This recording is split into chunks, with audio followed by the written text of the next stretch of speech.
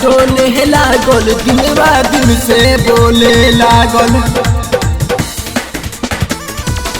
फूल पतैया डोले लागल दिलवा दिल से बोले लागल। कहीं का रूप के रानी तोहके पाके भगिया जागल।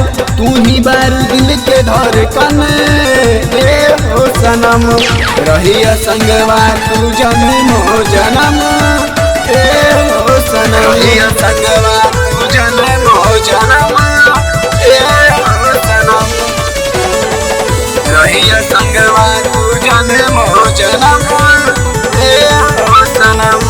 कोयल सी मीठी बोली जब बोलेलू हिरनी के चाल जैसे जब डोलेलू।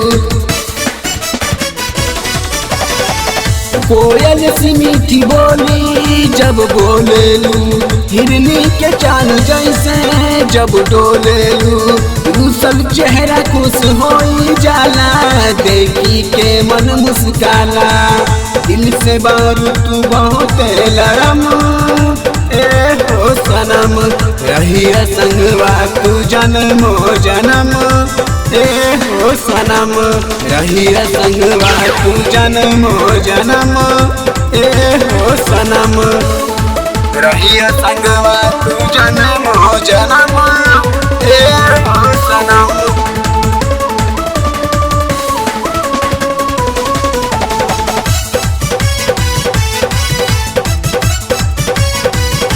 रही संगवा तू जन्म हो जन्म ए हो सनम। जिंदगी में जब से आइलू तू देखल सपना पूरा कैलू। जिंदगी में जब से आइलू तू देखल सपना पूरा कैलू।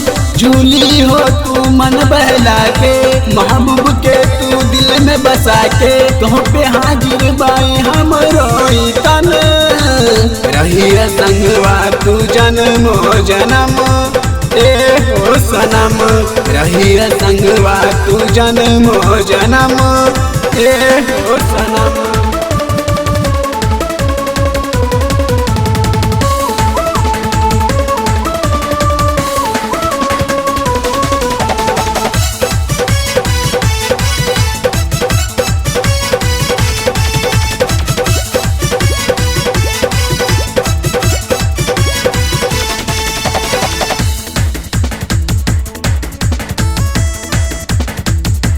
फूल पतैया डोले लागल दिलवा दिल से बोले लागल।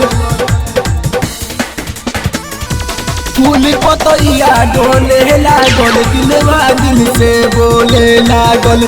कहीं का रूप के रानी तोहके पाके भगिया जागल।